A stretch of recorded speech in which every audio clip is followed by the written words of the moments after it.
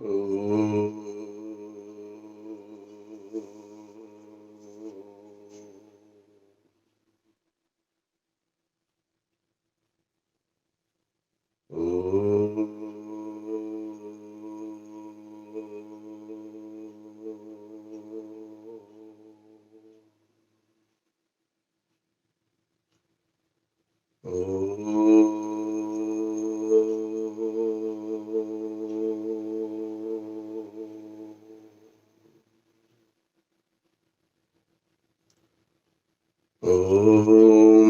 स्वस्ति न इन्द्रो वृधश्रवा स्वस्ति नः पूषा विश्ववेदाः स्वस्ति नस्ताक्षो अरिष्टनेमि स्वस्ति नो बृहस्पतिर्दधातु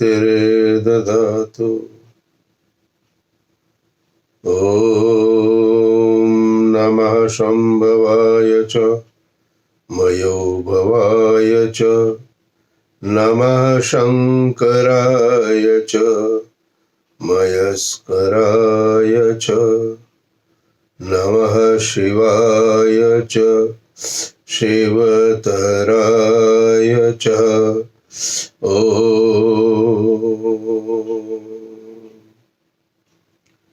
शान्ति शान्ति शान्ति।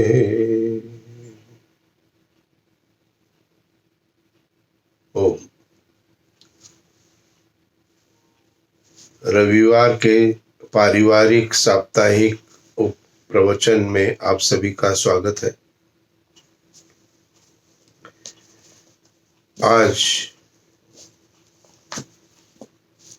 की स्थिति को, वर्तमान को यदि हम देखते हैं तो अनेकों प्रकार के दुख और कष्ट समस्त पृथ्वी पर, देश विदेश सब जगह पर ये जो संक्रमण फैला है कोविड-19 का, इससे स्थिति बहुत अधिक दुर्भाग्यपूर्ण हो चुकी है। बाहर विदेश में अनेकों व्यक्तियों की मृत्यु की संख्या का दर भी बहुत अधिक है। उन सभी के प्रति जो कि इससे प्रभावित हुए, उनके प्रति हमारी संवेदना है। ईश्वर की व्यवस्था को जब देखने का प्रयत्न करते हैं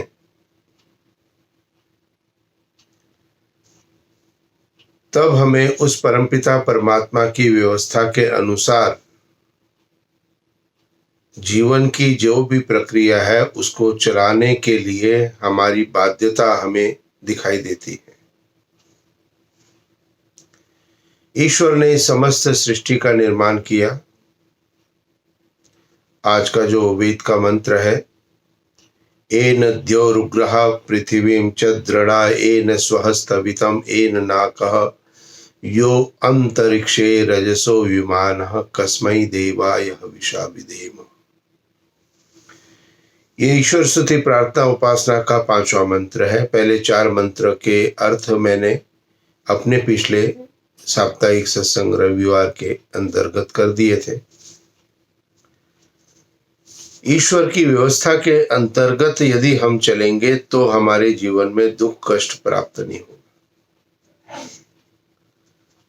कभी भी कोई व्यक्ति बीमार होता है तो करता क्या है कि बीमार होने पर वो डॉक्टर के पास जाता है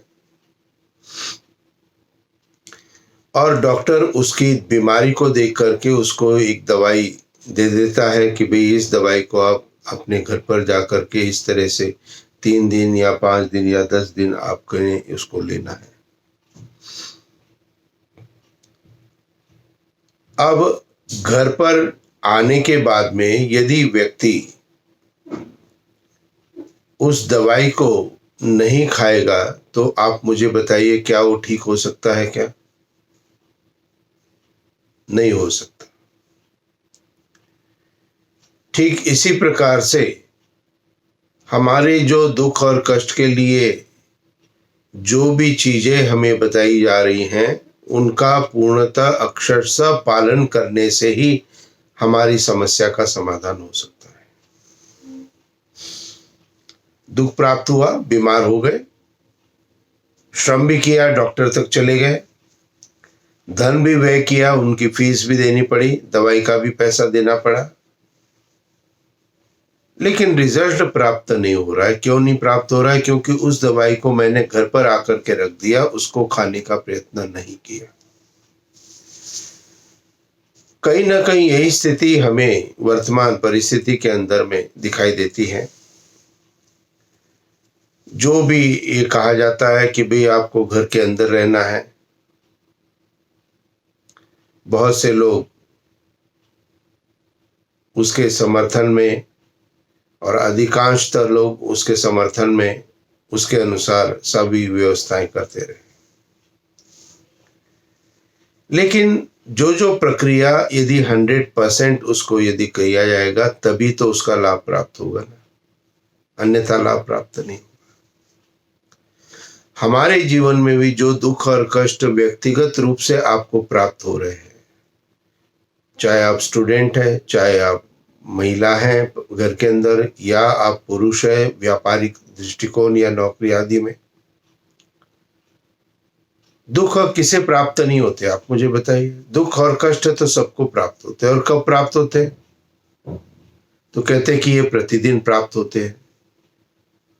अब प्रतिदिन प्राप्त जो दुख और कष्ट है तो उनसे हम कैसे पूर्णतः नियंत्रण पा लेते हैं? हम अपनी शक्ति को बढ़ाते हैं। उस दुख को उत्पन्न करने की जो संभावना है उसको हम नेग्लेक्ट कर देते हैं। तो ईश्वरीय व्यवस्था के अनुसार यदि हम अपने जीवन की दैनिक नित्य कर्मों को करते जाएंगे तो निश्चित रूप से हमारे स्वास्थ्य के अंदर में उत्तमता आती चली जाएगी। इस मंत्र में उस परमपिता परमात्मा की दिव्यता को बताया है। बहुत बार आपने इस बात को सुना होगा कि प्रत्येक दिन ध्यान करना चाहिए, उपासना करनी चाहिए, प्रत्येक दिन विचार भी आपने किया होगा, लेकिन इन प्रैक्टिकल यदि हम अपने स्वयं के जीवन का यदि आकलन करते हैं तो एक यही मुख्यतः कमी हमारे अंदर रहती है, जिससे जो दुख और कष्ट हमको आ रहे हैं उसको सहन करने की शक्ति हमारे अंदर समाप्त हो जाती है।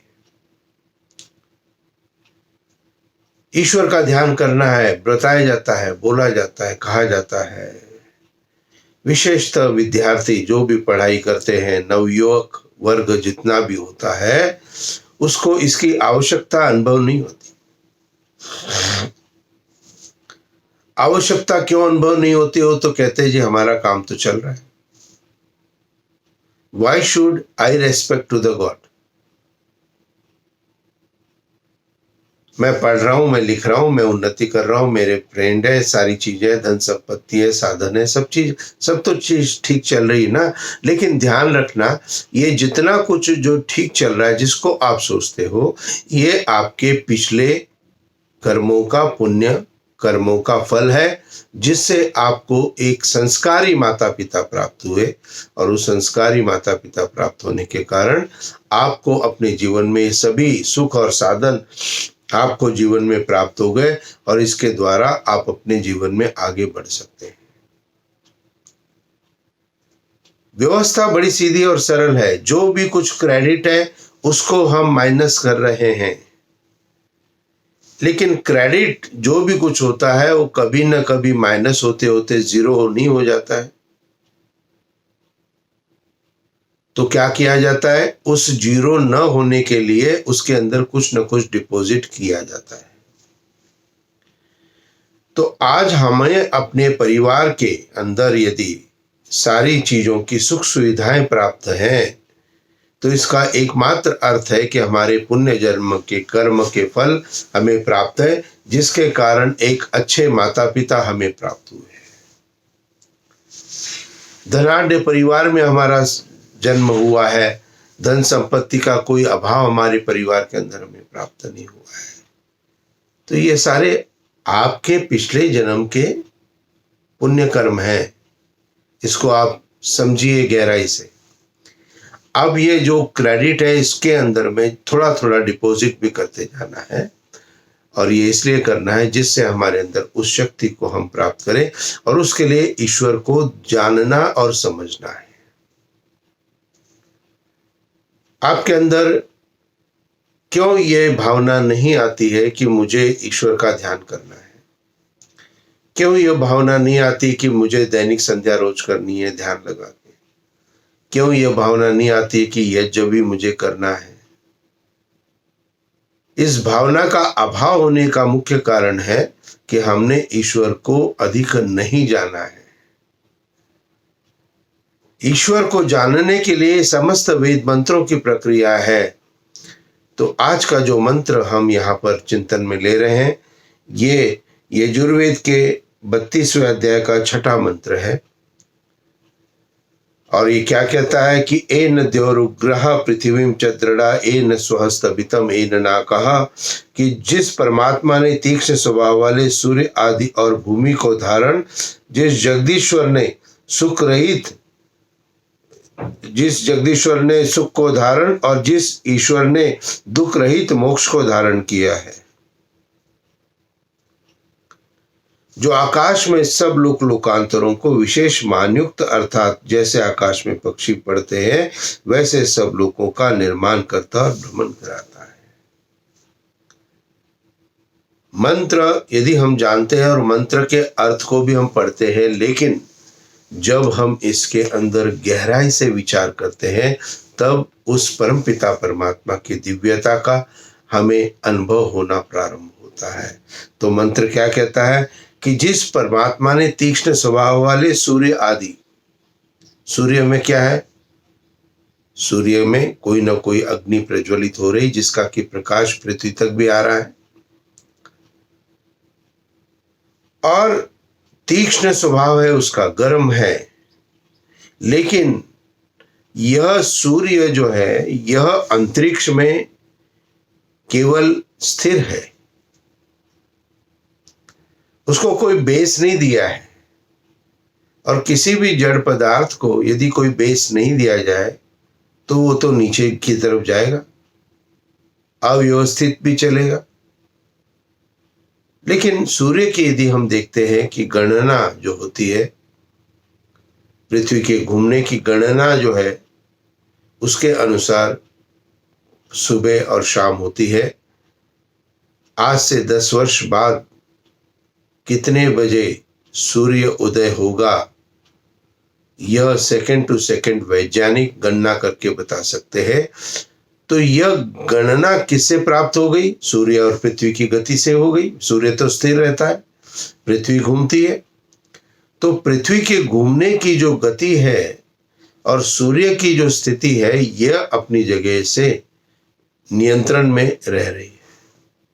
तो जहां नियंत्रण होता है किसी भी स्थिर वस्तु का, वहां नियंत्रण को करने वाला नियामक भी आवश्यक रूप से होता है। तो सूर्य आदि को जिसने धारण किया है, केवल धारण नहीं किया है, तो जैसे आकाश में पक्षी उड़ते हैं वैसे सब लोकों का निर्माण करता और भ्रमण कराता है। ये समस्त चीजें जो है अपनी धुरी पर, अपनी गणना पर इधर उधर जा रही है। तो निश्चित रूप से हमें ईश्वर की उस व्यवस्था को अपने जीवन में समझना है, जिस व्यवस्था के अंतर्गत हम अपने जीवन में उस उन्नति को प्राप्त कर सकते हैं। तो क्या कहा कि जिस ईश्वर ने इस समस्त सूर्य आदि लोकों को धारण किया है, और धारण नहीं केवल भ्रमण भी कराता है, और भ्रमण भी कैसा है? संतुलन में कराता है। तो ये सारी सृष्टि को जब भी हम देखें, विचार करें, तो हम उसके ऊपर अपने निर्णय को ध्यान रखेंगे कि वास्तव में उस परमपिता परमात्मा की सत्ता है, और उस सत्ता के माध्यम से हम अपने जीवन में उन्नति को प्राप्त कर सकते हैं। मंत्र का जो अंतिम भाग है, कस्मै देवाय हविषा विधेम, ये मंत्र का ये भाग जो है, ये 4 मंत्रों के अंदर में आया है। यही वाक्य आया है, कस्मै देवाय हविषा विधेम, कस्मै देवाय हविषा विधेम, कस्मै देवाय हविषा विधेम, कस्मै देवाय हविषा विधेम। तो ये हिरण्यगर्भ दूसरे मंत्र के साथ भी आया है, यह आत्मदा बलदा यस्य विश्वोपासते के साथ भी आया है, यह प्राणतो के साथ भी आया है, और एन द्यौरुग्रा के साथ भी मंत्र के इस भाग को प्राप्त हमने किया है। अब एक ही बात कही गई, कस्मै देवाय हविषा विधेम, लेकिन जब अर्थ पर चिंतन करते हैं तो इसके अलग अलग अर्थ दे दिए गए। कभी आपने विचार किया कि ये अलग अलग अर्थ क्यों दे दिए और इसके पीछे इसका उद्देश्य क्या था? तो कस्मै देवाय हविषा विधेम, उस परमात्मा का हमें जो ध्यान करना है, उस प्रभु की जो हमको उपासना करनी है, उसका जो हमें सम्मान करना है, उस सम्मान की प्रक्रिया के अंतर्गत हमें क्या करना है, किस प्रकार से अपने जीवन में आगे बढ़ना है, तो इसके लिए ये 4 जगह पर जो ये कस्मै देवाय हविषा विधेम केवल मात्र आया है, इसको अलग अलग व्याख्यात करने के पीछे उद्देश्य क्या है? उद्देश्य यह है कि मंत्र का जो पूर्व में भाग है, उस भाग के अंदर में ईश्वर की जो व्यवस्था दी गई है, उस व्यवस्था के अंतर्गत, उस व्यवस्था के अनुसार, मंत्र के प्रथम भाग के अनुसार ही, उसी संदर्भ को लेकर के उसकी व्याख्या कस्मै देवाय हविषा विधेम में अलग अलग प्रकार से की गई है। हिरण्यगर्भ में जो परमात्मा, हिरण्यगर्भ जिसके गर्भ में हम सभी हैं,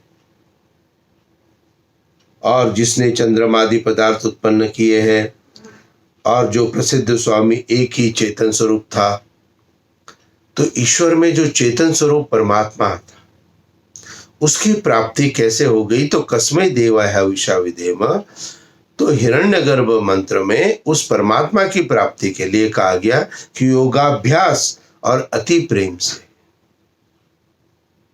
क्योंकि चेतन सत्ता को प्राप्त करना है तो योगाभ्यास के यम नियम आसन प्राणायाम प्रत्याहार धारणा ध्यान समाधि, आजकल मेरी अष्टांग योग पर वीडियो प्रत्येक दिन एक आ रही है, 2 वीडियो यम और नियम पर आ गई है। आज की वीडियो मेरी एक और मैं डालूंगा जो कि आसन पर होगी, आप जरूर अष्टांग योग को भी देखें।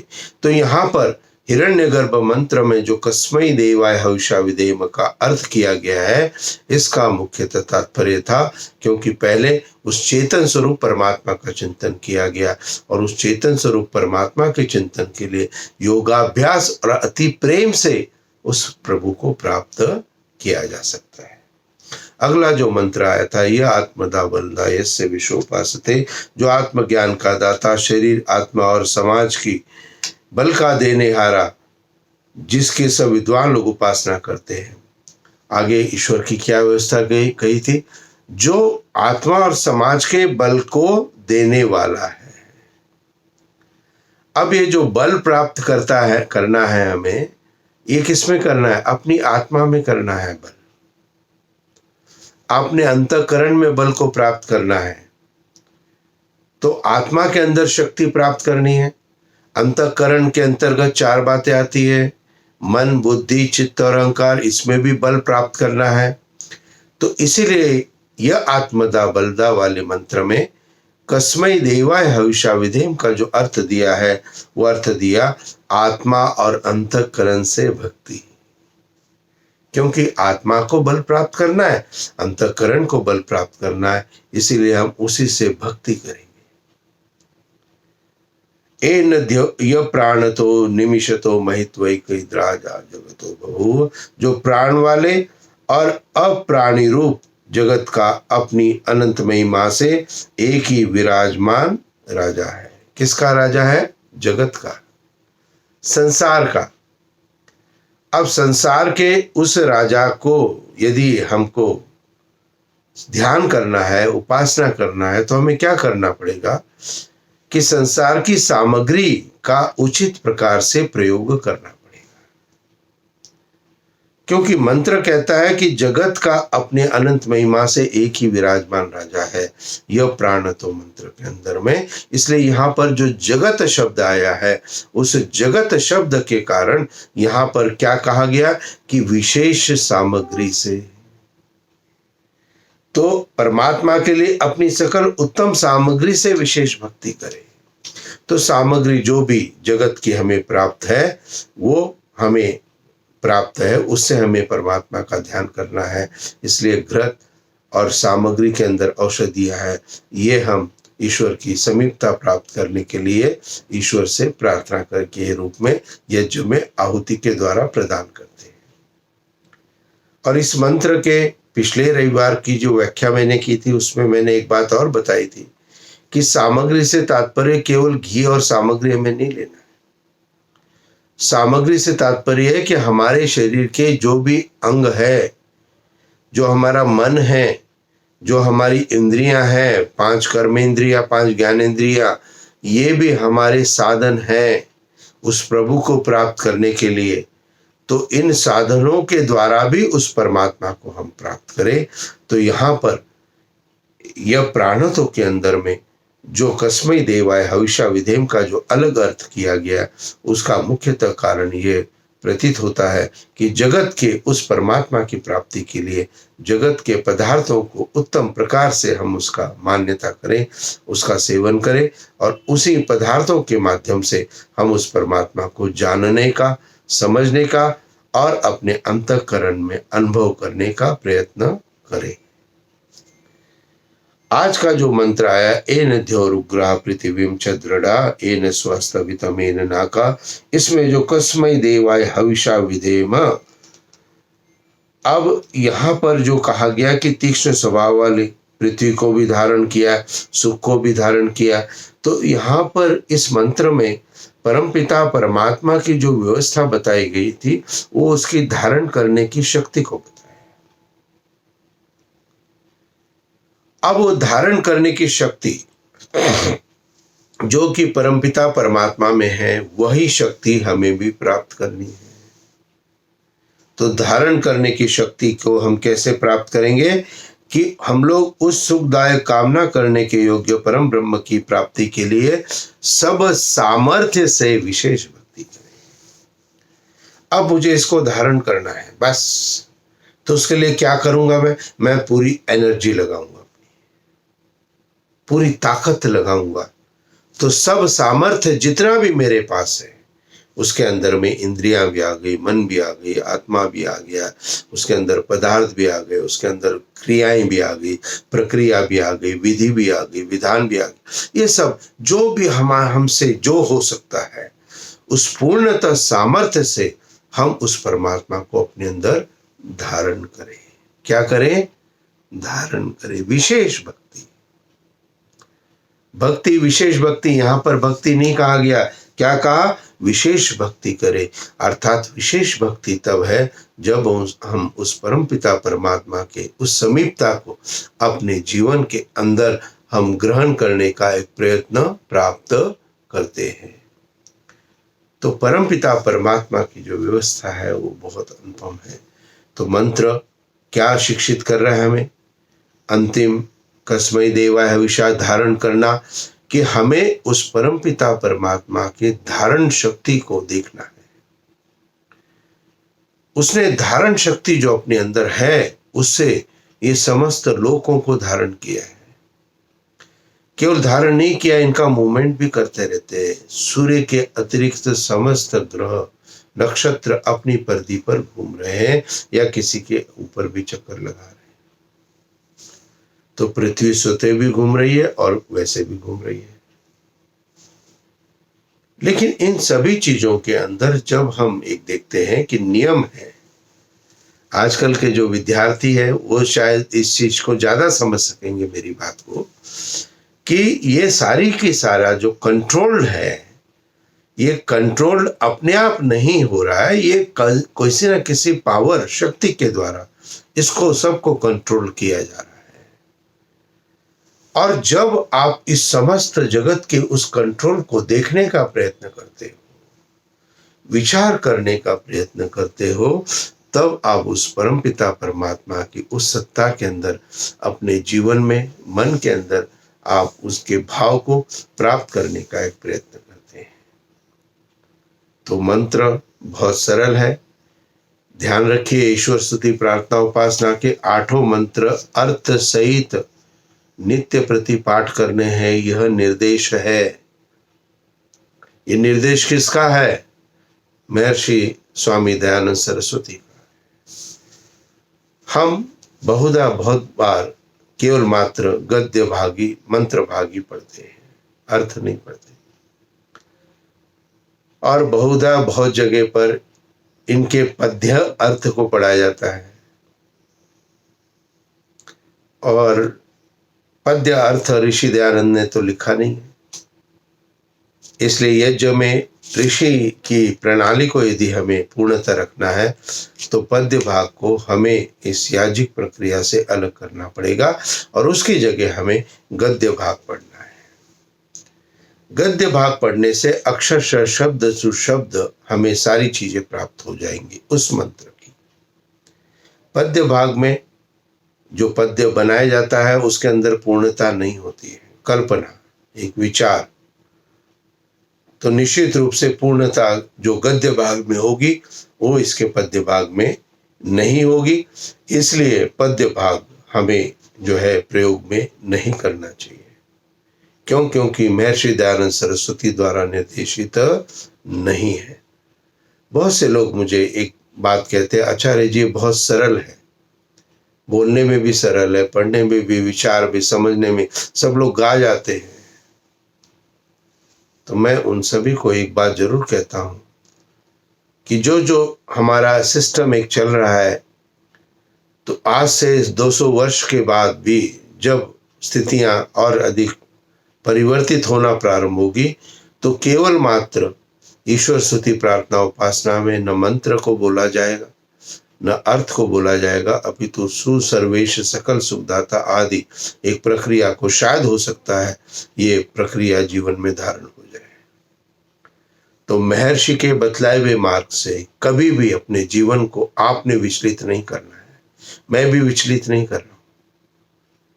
तो इसलिए पूर्णतः दृढ़ता के साथ महर्षि दयानंद सरस्वती ने जो कहा है उसको मानना है, कहना है, और उसको उसी प्रकार से करने की एक प्रक्रिया हम सब के अंदर होती है। तो ये मंत्र यजुर्वेद के 32वें अध्याय का 6वां मंत्र, एन द्यौरुग्रह पृथ्वी छद्रड़ा एन स्वः स्तभितम एन नाकः यो अंतरिक्षे रजसो विमानः कस्मै देवाय हविषा विदेम। अब इसका मैं गद्य का अर्थ पढ़ रहा हूं। बहुत सरल है। महर्षि दयानंद ने बहुत सरलता के साथ हम सबको उपलब्ध कराया है। तो ऋषि ने क्या लिखा कि जिस परमात्मा ने तीक्ष्ण स्वभाव वाले सूर्य आदि और भूमि को धारण, जिस जगदीश्वर ने सुख को धारण, और जिस ईश्वर ने दुख रहित मोक्ष को धारण किया है, ईश्वर के अपनी अलौकिकता बताई कि परमात्मा पूर्ण आनंद है उसके पास में, दुख रहित मोक्ष को परमात्मा को धारण किया हुआ है, और सब प्रकार से सुख को भी उसने धारण किया है, और ये सभी ग्रह नक्षत्र जितने भी इनको भी धारण किया है। अगला भाग है, जो आकाश में सब लोक लोकांतरों को विशेष मान्युक्त, अर्थात जैसे आकाश में पक्षी उड़ते हैं वैसे सब लोगों का निर्माण करता और भ्रमण कराता है।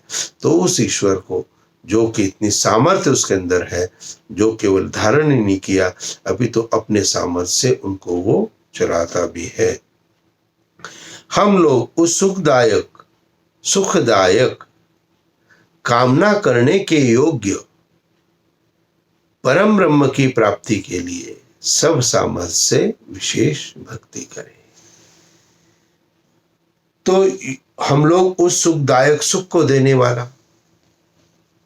अब बहुत से लोग कहते हैं आचार्य जी दुख भी तो परमात्मा दे रहा है ना। ये दुख परमात्मा ने दिया जरूर है, लेकिन ये आपके कर्म हैं। ये कर्म का फल दुख रूप में प्राप्त होता है। वर्तमान में आपको ध्यान नहीं है तो पूर्व जन्म का भी हो सकता है। तो जो दुख हम प्राप्त कर रहे हैं और लेकिन ईश्वर का ध्यान करेंगे तो ईश्वर हमें क्या देगा? सुखदायक।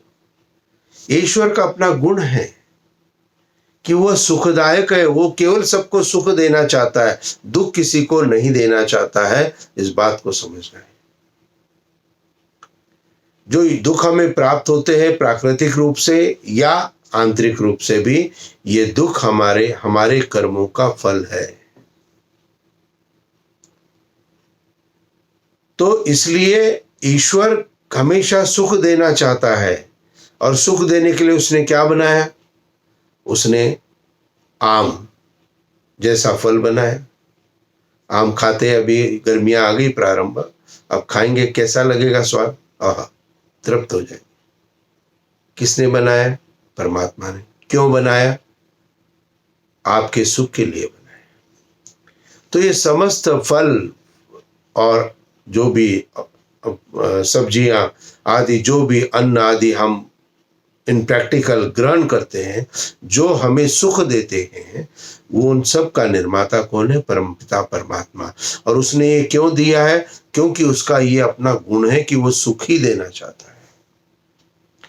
तो ईश्वर हमेशा हमको सुख देना चाहता है, लेकिन हम अपने कर्म से पतित हो जाते हैं। हम दूसरे को नीचा दिखाना, दूसरे की बुराई करना, इन सभी कामों में हम लगे हुए हैं। अपनी स्थिति को हम बना के चले। अरे आपकी अपनी स्थिति जो है वो आप परमात्मा के सामने बनाने का प्रयत्न करें। ईश्वर के सामने मेरी क्या स्थिति है, ये मेरे कर्म मुझे बता रहे हैं। कि यदि मैं सामाजिक व्यवस्था में यदि सबके सामने सीधा करके खड़ा हो जाता हूँ, लेकिन जब परमात्मा के सामने खड़ा हो जाता हूँ, जब अपने कर्मों का विवेचन करता हूँ, तो मैं खड़े होने से भी घबराता हूँ। तो निश्चित रूप से वो ईश्वर हम सबको सुख देना चाहता है। सुख देने के लिए उसने क्या बनाया? औषधियां बनाई। कोविड-19 का अब वैक्सीन या कोई ना कोई मेडिसिन, इसके लिए शोध हो रहा है। और इस शोध में क्या डाला जाएगा? उस मेडिसिन में क्या चीज होगी? किसी न किसी पेड़ पौधे पत्ते का रस होगा, और वो रस परमात्मा ने सृष्टि के प्रारंभ में आदि में बनाया है। कोविड-19 अभी 6 महीने से इन प्रोसेस है, लेकिन उसकी औषधि परमात्मा ने सृष्टि के निर्माण से पहले ही बना दी है। ये आप विचार करें, बच्चे भी सब विचार करें, आप सभी विद्यार्थी विचार करें कि ये सारी चीजें जो हम देखते हैं, अनुभव करते हैं, इसके पीछे परमपिता परमात्मा की सत्ता है। और यदि हम अनुभव करते हैं कि ये औषधियां हमको सुख देने के लिए, क्योंकि दुख तो प्राप्त हो गया, अब इसका तोड़ भी चाहिए हमें, तो किसके द्वारा मिलेगा? परमात्मा के माध्यम से प्राप्त होगा। और निश्चित रूप से एक न एक दिन ऐसा आएगा जबकि इसकी औषधि बना ली जाएगी, और उस औषधि के अंदर में किसी न किसी पेड़ पौधे पत्ते का रस दाखिल होगा। विचार करें, हम अपने जीवन के अंदर उस परमपिता परमात्मा की सानिध्यता को समझने का हम प्रयत्न करें, और जीवन में प्रयत्न करते हुए अपने जीवन में आगे बढ़ने का एक प्रयत्न करें। तो आप सभी जो परिवार के सभी सदस्य एक साथ बैठ करके मेरे इस पारिवारिक साप्ताहिक सत्संग के प्रवचन को देखा करें।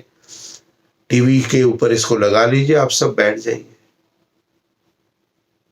कम से कम आपके बच्चों को भी, आपके परिवार में सबको इन चीजों की जागृति थोड़ी बहुत प्राप्त होगी। तो ईश्वर कैसा है? सुखदायक है, सुख को देने वाला है, हमेशा सुख देना चाहता है।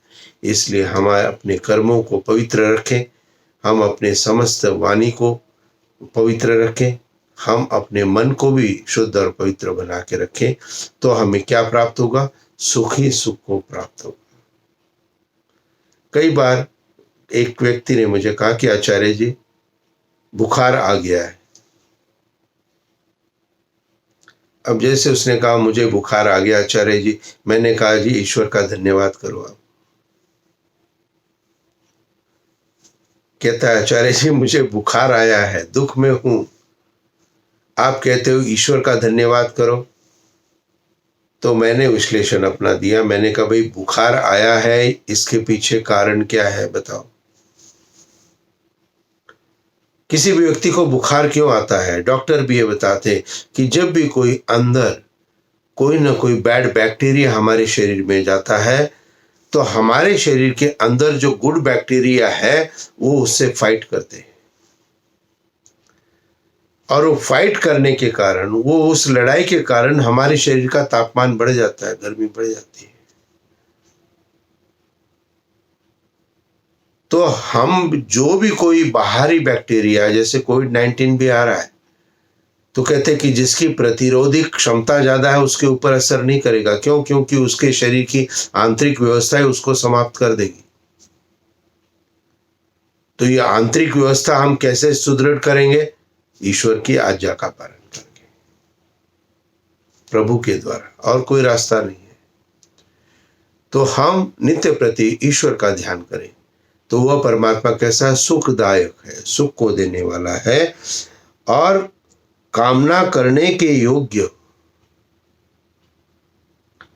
हम किसी व्यक्ति से कुछ मांगते हैं, दे या नहीं दे ये उसके ऊपर निर्भर करता है, लेकिन परमात्मा से जब हम सच्चे मन से कोई भी चीज की प्रार्थना करते हैं, ये प्रैक्टिकल आप करके देखिए। यज्ञ आदि माध्यम इसके लिए एक साधन है अपनी कामना को सिद्ध करने के लिए। तो यज्ञ को कराने वाले भी उत्तम होने चाहिए, तभी उस यज्ञ की कामना पूर्ण होती है। यज्ञ को कराने वाले सात्विक नहीं होंगे, धार्मिक नहीं होंगे, सच के ऊपर चलने वाले नहीं होंगे, तो उस यज्ञ का प्रभाव में प्राप्त नहीं होगा, ध्यान रखिए। तो यज्ञ को कराने वाले उत्तम होने चाहिए, यज्ञ के अंदर प्रयुक्त सामग्री भी उत्तम होनी चाहिए, और यज्ञ जो कर रहा है यजमान वो भी श्रद्धा भाव से उस यज्ञ को पूर्ण करे। तो हमारी कामनाएं ईश्वर के द्वारा पूर्ण हो सकती है। तो इसलिए हम ईश्वर का ध्यान करें, जप करें। और इसीलिए मैं आप सभी के लिए विशेष आग्रह आप सभी से करता हूं, चाहे आप पढ़ाई कर रहे हो, चाहे आप स्कूल जा रहे हो, चाहे कॉलेज जा रहे हो, चाहे आप अभी अभी नौकरी में लगे हो, चाहे आपकी शादी हुई है या नहीं हुई है, चाहे विवाह हो चुका है, आपके माता पिता आपके साथ है, सास ससुर आपके साथ है, आप सभी के लिए मैं व्यक्तिगत रूप से एक आपसे निवेदन करना चाहता हूं कि नित्य प्रति बैठ करके ओम का जप करना प्रारंभ करो। कितनी बार करना है कोई संख्या की आवश्यकता नहीं है, जब तक आपका मन करे। प्रातःकाल और सायंकाल दोनों समय ओम का उच्चारण करो।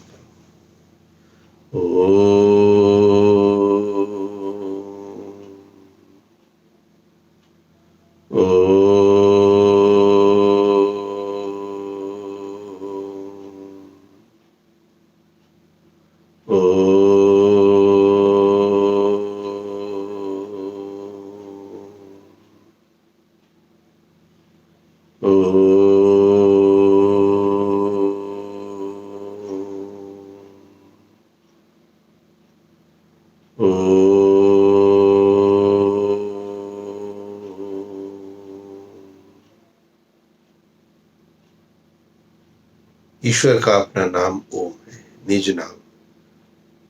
तो इसको जरूर प्रारंभ करो, चाहे आप कितनी भी बार बोलो, कोई संख्या की चिंता नहीं करो, लेकिन करें जरूर इसको दोनों समय। और ओम के जप के बाद में गायत्री मंत्र कितनी भी बार आपको पढ़ना है, और गायत्री मंत्र का जो अर्थ है उसको मन में धारण करना है कि क्या है, मेरी बुद्धि सद्बुद्धि बनी रहे और मैं अपने मन वाणी शरीर से अच्छे कर्म करूंगा। तो बुद्धि उत्तम और कर्म उत्तम, दो बातें गायत्री मंत्र के पाठ के समय अपने मन में धारण करते हुए उस प्रभु को स्मरण करें, याद करें। तो परिवार के आपके सभी सदस्यों के लिए मैं विशेष प्रार्थना करता हूं, आप सभी को ईश्वर का वो आनंद, वो ऐश्वर्य प्राप्त हो सकता है। आप उस प्रक्रिया को प्रारंभ करें अपने जीवन के अंदर में, पारिवारिक सामंजस्य बना के रखें। और पूर्णतः जो मैं प्रत्येक रविवार साप्ताहिक परिवार में निर्देश करता हूँ, उस निर्देश को करते हुए फिर अपनी वाणी को विराम दूंगा। तो जो विद्यार्थी है, जो को स्कूल जा रहे हैं, कॉलेज जा रहे हैं और जिनका विवाह नहीं हुआ है और जिनके विवाह हुए 5-10 वर्ष हो चुके हैं, 10 वर्ष तक हो चुके हैं, उन सभी के लिए 3 बातें। नंबर 1, सुबह उठ करके अपने माता पिता बड़ों का चरण स्पर्श करें, उनका आशीर्वाद लें, उनको नमस्ते जी करें। माता पिता, आपके सास ससुर जो भी आपको कहते हैं, उनकी बात को ध्यान से सुनो और मानने का भी प्रयत्न करो, क्योंकि ध्यान रखना, माता पिता आपका कभी, सास ससुर कभी आपका अहित नहीं चाहते। और तीसरी बात विशेष महत्वपूर्ण आप सभी को ध्यान रखनी है, जो कि अप टू एज ऑफ 40 वर्ष तक के है आयु के, उन सबको ध्यान रखना है कि कभी भी आपका आर्गुमेंट आपके पेरेंट्स के साथ हो, आपकी आवाज उनकी आवाज से नीचे आपको रखनी है। आर्गुमेंट आधा घंटे तक आप कर सकते हो, लेकिन आपकी आवाज नीचे होनी चाहिए। तो 40 वर्ष तक जो भी हमारी बहुएं हैं, बेटियां हैं और जो बेटे हैं, जो संतानें हैं, उन सब के लिए 3 निर्देश मैंने दिए हैं। आशा है, विश्वास है मुझे कि आप उसका पालन जरूर करेंगे। और साथ ही माता पिता के लिए भी निर्देश देना चाहता हूँ। आप अपने बच्चों की, अपने बेटे की, बेटी बहुओं की, आप अपने बच्चों की, चाहे बेटी हो, चाहे बेटा हो, चाहे बहू है, उसके अंदर कोई भी कमी है, कोई भी दुर्गुण है, उस दुर्गुण को, उस कमी को आपने बाहर अपने किसी रिश्तेदार या परिवार के किसी भी सदस्य को नहीं कहना है। अपने घर के किसी की भी निंदा आपने बाहर किसी से नहीं करनी है। और दूसरी बात, आपके लिए, बड़ों के लिए, जो माता पिता की श्रेणी में है, उनके लिए, दादा दादी की श्रेणी में, उनके लिए कहना चाहता हूँ कि आप अपने बच्चों को प्रेम दो, वात्सल्य दो, अपनत्व दो। जितना आप अधिक प्रेम देंगे, हो सकता है बच्चों में कुछ कमियां हो सकता है बहुओं में कुछ कमियां हो सकता है बेटे में कुछ कमी हो सकता है बेटियों में कुछ कमी हो, तो उस कमी को निश्चित रूप से समझते हुए अपना प्यार, अपना कर्तव्य उनको जरूर हम देते रहें। अपनी अच्छी सोच को उनके प्रति रखें, उनसे कभी भी हम अत्यधिक क्रोध में अधिक बार बात न करें, अपितु सौम्यता से अपनी बातों को रखने का प्रयत्न हम करें। तो ये मेरे साप्ताहिक सत्संग का जो मैंने 3 बातें बच्चों के लिए up to age of 40 years और माता पिता और बड़ों के लिए जो 2 बातें बोली है, ये मेरे प्रत्येक साप्ताहिक सत्संग का एक मोटो है और इसको आपने जरूर अपने परिवार में स्थापित करना है, इसकी मैं आशा रखता हूँ। आप सभी के लिए ईश्वर से प्रार्थना करता हूँ, आप सभी को अपना शुभ आशीर्वाद प्रदान करता हूँ। इति ओम शांति शांति शांति।